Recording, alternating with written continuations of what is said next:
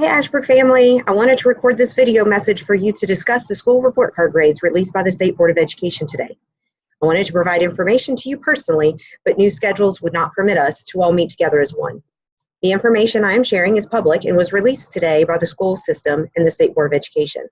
While some of the information I'm about to share regarding Ashbrook's progress last year is not as wonderful as we are capable of achieving, it is not all terrible. The two worst pieces of information that was released today about Ashbrook is that our graduation rate has dropped by 0.8%, and that our overall school report card grade has dropped to a C. This is what the public and our school community will be focusing on. I don't want us, the Ashbrook family, to feel beaten down or like we are not doing a good job day in and day out. When looking at the graduation rate for last year, looking at the individual students who counted against us, the majority of them dropped out prior to their senior year. Already I've assembled a list by graduation cohort of students who have already dropped out. This will allow us to track each graduation cohort and know where we stand as far as the graduation rate. This has also allowed us to re-enroll students who dropped out previously and are interested in completing a high school education. Please trust that we are using great scrutiny when deciding if a student can re-enroll. Our main goal is to ensure that every child receives a good quality education from Ashbrook High School. As a part of that goal, our focus is to also ensure students earn their high school diploma. The support staff and I will be reviewing this information frequently to help students understand how important a high school diploma is for their future. Ashbrook does a fantastic job of building relationships with our students. Daily, I see staff members who take the time out of an already busy day to show each student care and concern for their life and their education. Do not let this drop in the graduation rate stop us from caring about our students. We call our school a family, and as such, we will remain a family.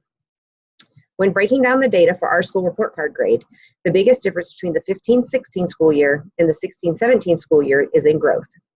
Yes, we had a drop in our proficiency, but not a great decline.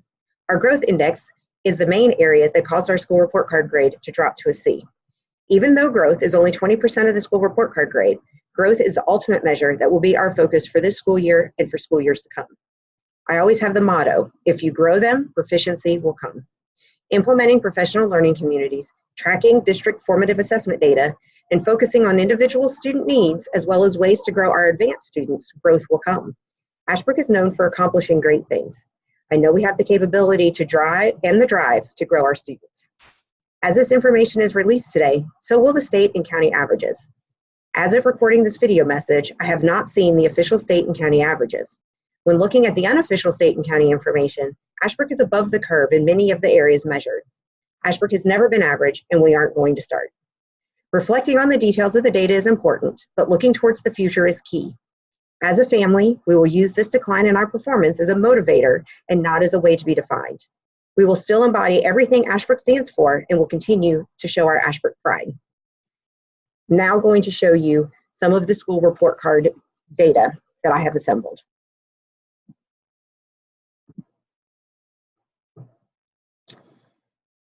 There are 4 boxes on this screen. The first box shows each of the indicators that are used for our proficiency section of our school report card data.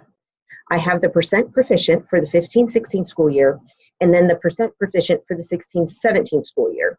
And anything for 16-17 is in a lighter shade of green. Then I have the difference between the two.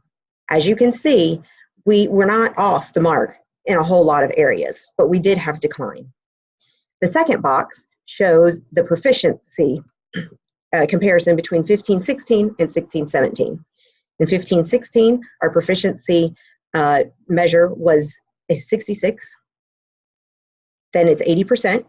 When you multiply that out, our achievement for proficiency was 52.8. 16-17, our proficiency was 63%. Multiply that by 80, our achievement score is 50.40.